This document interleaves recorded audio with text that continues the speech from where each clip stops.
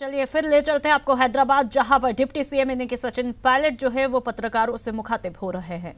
That Mr. Modi brought to the table, but we have defeated the BJP in the last Vidhan Sabha elections. Don't forget they had 165 MLAs out of 200. Now they're down to 70. So we have gone from 20 to 100, which is 5 times. So we are well prepared. We have a new government. We waived off farmers' loans. We've increased allowances for unemployment. We've increased the pensions for people. Procurement prices have been revised. I think Rajasthan will do extremely well. We won the 2 by-elections just a year ago, Lok Sabha elections. So Congress party is going ahead with Mission 25 because we have 25 seats in Rajasthan and our attempt is to get all 25. That's our preparations. But people tend to vote with the party they voted, at least in the northern states. So Rajasthan, Madhya Pradesh, Chhattisgarh will do extremely well. I think there is a wave of change all across our country. It may not be palpable because, the media, of course, is under certain pressures. And no offense to anyone here, but, we all know media owners and editors are compelled to kind of, display things as the people in Delhi wanted to.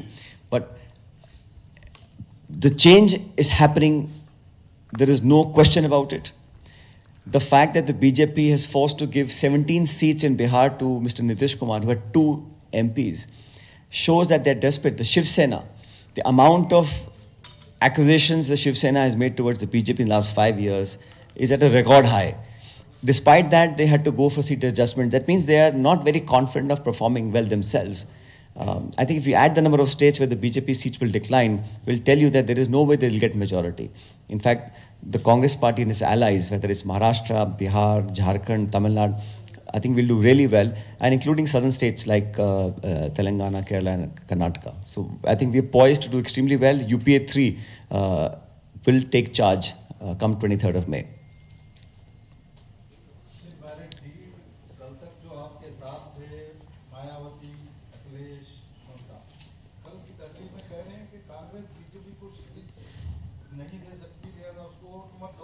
देखिए, चुनाव का समय है, सब नेता अपनी अपनी बात रखेंगे और सबको अधिकार भी है। गठबंधन हुआ है उत्तर प्रदेश में, जिसका हम सम्मान करते हैं, लेकिन हम सबका जो एक अंतिम उद्देश्य यही है कि बीजेपी सत्ता में ना आए। और मुझे कहने में कोई संकोच नहीं है कि चुनाव मतदान के बाद समीकरण फिर बदलेंगे। जो लोग आज अलग अलग दलों से चुनाव लड़ रहे हैं, हर रीजनल स्टेट पार्टी का एक उद्देश्य होता है अपनी। मैंने कहा कि आप लोगों से मुलाकात भी कर लेंगे, 2 बातें भी कर लेंगे। आज वैसे तो आपको ही पूछना, कोई बात तो पूछो, क्योंकि हमारे पास तो जो कुछ भी मन के अंदर है और जो देश के हालात हैं उसको लेकर लगातार मैं बोलते रहता हूं, क्योंकि मोदी जी के सारे वादे झूठे साबित हुए। जो पिछले चुनाव में जो माहौल बनाया था, वो तमाम वादे किए गए थे जो मोदी जी द्वारा, चाहे ब्लैक मनी लाने की बात हो, चाहे लोकपाल के नाम पे मोदी जी चुनाव जीत के आए थे और 5 साल तक लोकपाल बनाया नहीं इन्होंने।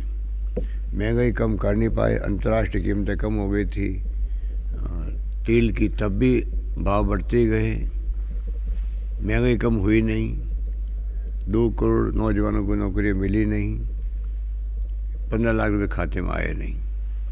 और जो बाकी जो इन्होंने आतंकवाद के नाम पर एक सिर के बदले 10 सिर काट के लाएंगे, ऐसी बातें क्या करते थे। पर आतंकवाद इनके जमाने में बड़ा है, ज़्यादा लोग शहीद हुए हैं, ये आंकड़े तो खुद के सरकारी आंकड़े हैं। तो ये जो लापरवाही से हुआ है पुलवामा, उससे ध्यान डाइवर्ट करने के लिए कभी राष्ट्रवाद की बात करते हैं। ये हम लोग राष्ट्रवादी नहीं है क्या? कभी हिंदुत्व की बात करते हैं, हम लोग हिंदू नहीं है क्या? तो आप कब तक राम मंदिर को भी खाली चुनाव के वक्त में याद करते हो? पहले गौ माता को याद करते थे, उसको भूल गए। तो कब तक आप धर्म के नाम पर या हमारी जो आर्म फोर्सेज हैं उनके नाम पे आप राजनीति करोगे? जो हमारे आर्म फोर्सेज है, चाहे नेवी हो, चाहे वो बीएचएफ हो, आर्मी हो, एयरफोर्स हो, उस पर हम सबको गर्व रहता है। सर्जिकल स्ट्राइक करते हैं, पूरा देश स्वागत करता, कभी आलोचना नहीं करता, पर ये उसको भी तोड़ मोड़ के पेश करते हैं जनता के सामने। कहने का मतलब ये है, बजाय इसके कि लोकतंत्र में मुद्दा आधारित आप मैदान में उतरो कि हमारी विचारधारा, हमारी नीति, हमारे कार्यक्रम ये जनता के लिए हैं, हमने ये वादे किए थे, ये हम लोग निभा पाए, ये नहीं निभा पाए, हमारी मजबूरी थी, कोई बात नहीं, बताओ। और इसी ढंग से आगे हमारी क्या प्रोमिसेस हैं, उसकी बजाय ये पूरे चुनाव को जो है, जो मोदी जी के प्रकृति में है, गुजरात में भी गुजरात मॉडल करते करते कोई मॉडल था ही नहीं, वो खाली मार्केटिंग थी उनकी, और वो पूरी पोल खुल चुकी है।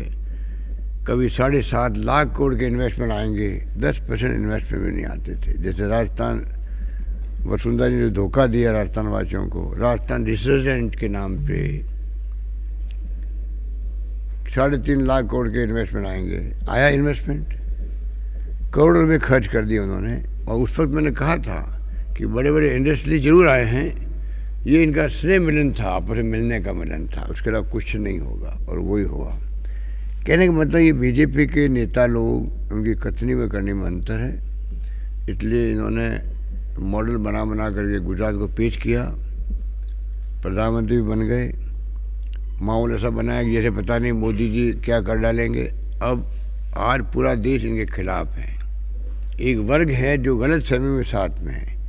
जैसे जैसे गलत फहमी दूर होगी उनकी, जिसमें हमारे सोशल मीडिया की भूमिका बड़ी है, इन्होंने सोशल मीडिया को विज्ञापनों में लगा करके, करोड़ों अरबों रुपये खर्च करके, टीमें बना करके उसका दुरुपयोग कर रहे हैं।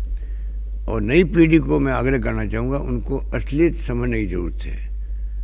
सत्य का कोई विकल्प नहीं होता है, और सत्य जो है इनके पक्ष में नहीं, हमारे पक्ष में है, असत्य इनके पक्ष में है।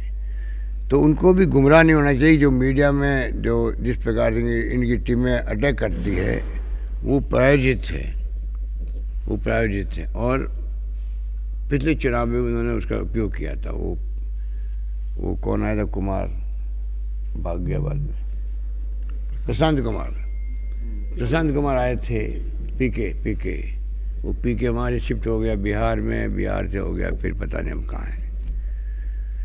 कहने का मतलब है कि ये जो है, ये मार्केटिंग सीख गए हैं, मोदी जी मार्केटिंग सीख गए हैं पीके से। उस मार्केटिंग को लेके ये उस वक्त भी चले थे, अब भी चल रहे हैं। पर देश को गुमराह नहीं होना चाहिए। इसीलिए मीडिया के बारे में हमारी जो शिकायत रहती है, मीडिया दबाव के अंदर है, ये सच्चाई दिखाना चाहता है। मीडिया का हमेशा ये चौथा स्तंभ जो है, उसका कर्तव्य है वो सच्चाई दिखाए, देश को सामाजिक सरोकार रखे, देश हित में वो आलोचना करने में चुके नहीं जाए, कोई पार्टी हो, कोई नेता हो। ये चौथा स्तंभ का धर्म में फर्ज है। पर मालिक भी, एंकर भी इतने दबाव में है मोदी जी के, क्योंकि इतनी संस्थाओं को दुरुपयोग किया है। जो व्यक्ति सीबीआई के हेडक्वार्टर पर पुलिस का छापा डलवा सकता है, तो आप सोच सकते हो देश किस दिशा में जा रहा है। तो सीबीआई से डर, इनकम टैक्स से डर और ईडी से डर। इस प्रकार से आज मीडिया दबाव में है। एक तरफा मोदी जी की पब्लिसिटी हो रही है, साधनों की उनके पास कमी नहीं है मोदी जी और अमित शाह जी के पास में। नोटबंदी के बाद में तो पता नहीं, ये तो रात खुलेगा जब सरकार आएगी यूपीए की, हम लोग जांच करवाएंगे नोटबंदी का कितना लाभ मिला, कितना घाटा हुआ देश को, कितना करप्शन हुआ। उन्होंने कहा था ब्लैक मनी खत्म हो जाएगी, उन्होंने कहा था कि आतंकवाद की कमर टूट जाएगी, नक्सलवाद समाप्त हो जाएगा, कुछ नहीं हुआ। 2 साल क्यों लगे आरबीआई को फिगर बताने में, कितना पैसा जमा हुआ 2 साल, जबकि बैंकों के कायदे आप भी जानते, हम भी जानते, शाम तक हिसाब आना पाएगा होता है। और अब तो कंप्यूटर आ गए हैं। जब कंप्यूटर नहीं था तब भी आना पाएगा हिसाब होता था शाम तक। अब कंप्यूटर में तो शाम तक पूरी रिपोर्ट देश भर की जा सकती है। 2 साल पार्लियामेंट को नहीं बता पाए, और सब जगह जो जिस प्रकार से ये धन बल का प्रयोग करते हैं चुनावों के अंदर, कोई कल्पना नहीं कर सकता। जो हम सुनते हैं तो रोंगटे खड़े कर देने वाले आंकड़े आते हैं, कैसे ये लोग क्या क्या करते हैं, पैसे का दुरुपयोग, कैसे गुमराह करते लोगों को। तो कहने का मतलब ये है कि देश में आज लोकतंत्र खतरे के अंदर है। ये जो कहते हैं तो सोच समझ के कहते हैं हम लोग। जब कंट्री की तमाम पॉलिटिकल पार्टी हैं एक स्वर में बोल रही है कि देश में लोकतंत्र खतरे में है, देश में संविधान खतरे में है और देश खतरे में है, उसके अपने मायने हैं। आज 220 साइंटिस्ट ने, डॉक्टर्स ने, इंजीनियर्स ने, पत्रकारों ने, साहित्यकारों ने जो अपील करी है देश से, वो क्यों करी है? साइंटिस्टों का भी श्रेय खुद लेना चाहते हैं मोदी जी। इसरो की स्थापना तो इंदिरा गांधी ने करी थी 35 साल पहले।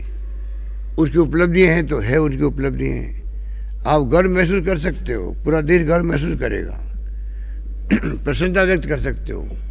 ऐसा पूर्ण कर दो जैसे कि आज मैंने बहुत बड़ा तीर मार लिया, आज हमने मिसाइल छोड़ करके उड़ा दिया, उपग्रह को उड़ा दिया, आज हमने उपग्रह छोड़ दिए। तो भाई आपने क्या कर दिया? क्या प्रधानमंत्री बंदे 3 महीने में उपग्रह छोड़े गए, वो उपलब्धियां मोदी जी की थी? तो देश को ऐसा दिखाया गया जैसे कि सरकार बनते देखिए क्या क्या होने लग गया। एयरफोर्स, आर्मी, नेवी ये जान हथेली पे रख करके देश की रक्षा कर रहे हैं। इंदिरा जी के वक्त में भी कितने लोग मारे गए होंगे उस वक्त में युद्ध के अंदर। 90,000 सैनिकों को, जो कर्नल जनरल थे, कल रात को मैंने कहा था, सबको सरेंडर करवा दिया हथियारों के साथ में। ऐसी घटना कभी दुनिया के इतिहास में हुई? अमेरिका फंसा रहा वियतनाम के अंदर 15 साल तक, वो कुछ नहीं कर पाया, मुंह की खानी पड़ी। और इंदिरा गांधी वो नेता थी जिसने धज्जियां उड़ा दी। आप बताओ, एक शब्द बोला मोदी जी ने उनकी तारीफ के अंदर, भाई इंदिरा गांधी का एक कॉन्ट्रीब्यूशन था। आप आलोचना भी करो, पर कहीं तो कहो भी हमारे मुल्क के लोगों ने 70 साल में कोई कमी नहीं रखी। हमारे मुल्क आज यहाँ पहुंचा है तो सबकी बदौलत पहुंचा है। आज मैं जाता हूँ दुनिया के मुल्कों में तो मेरा मान सम्मान इसलिए होता है कि आज हिंदुस्तान की ताकत पूरा दुनिया ने लोहा मान लिया है। खालिस्तान नहीं बनने दिया हमने, इंदिरा गांधी ने अपनी जान दे दी।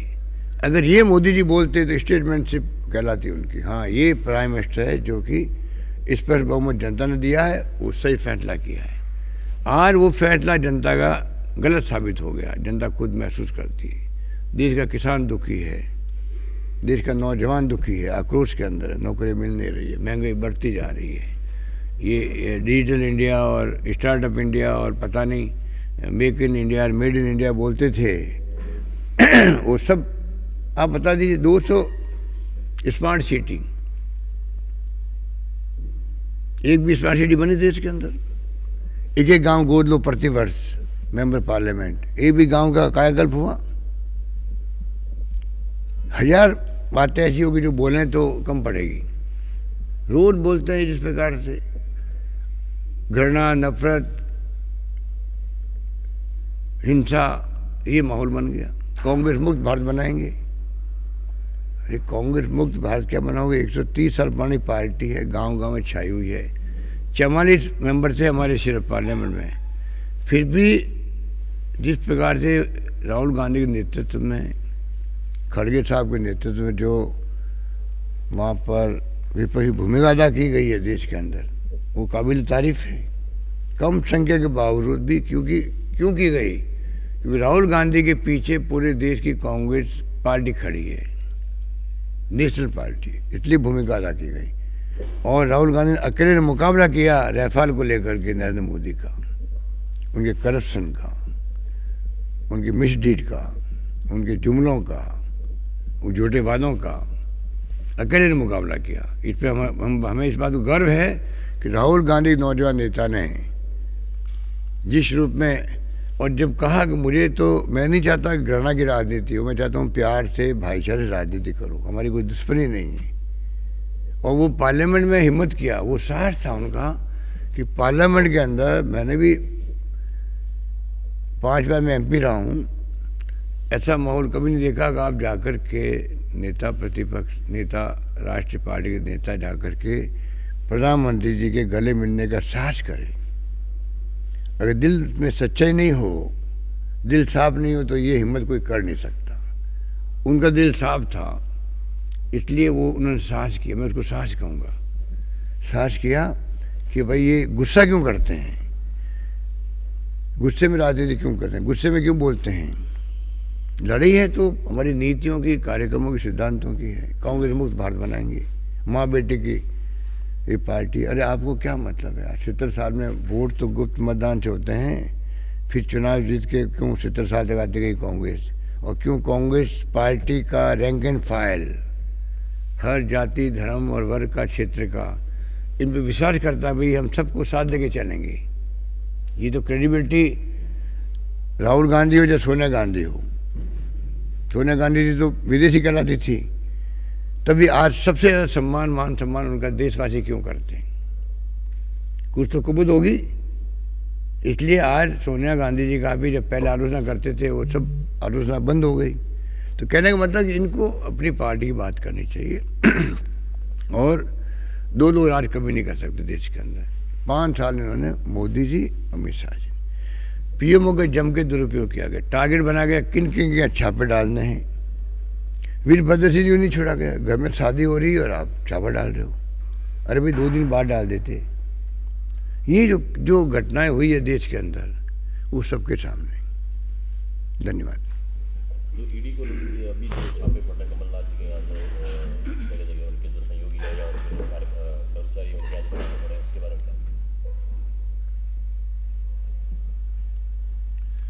हाँ, उसमें भी जैसे जो छापे पड़े हैं मध्य प्रदेश में, दिल्ली में, उसमें जब आप कह रहे हैं कि ईडी है और सीबीआई है, उसमें भी पुलिस की रेड करा दी। कल कमलनाथ जी ने भी पुलिस और सीआरपीएफ आमने सामने थे, मैं देखा टीवी। तो सीआरपीएफ को लेकर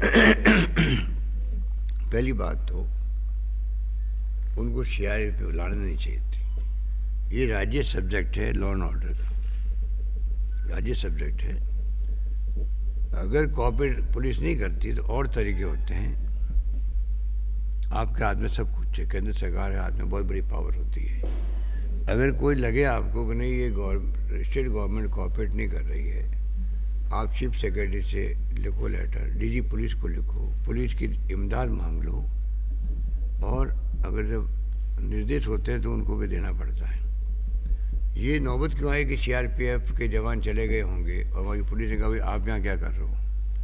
मुझे पूरी जानकारी नहीं, मैं स्पष्ट करना चाहता हूँ, मैंने सुना है रात को, परंतु अगर ये सच है तो मेरा पहला रिएक्शन, प्रमा फेसे रिएक्शन मेरा ये होगा कि पुलिस का काम है ये सहयोग करना इनकम टैक्स को या ईडी को, किसी को भी।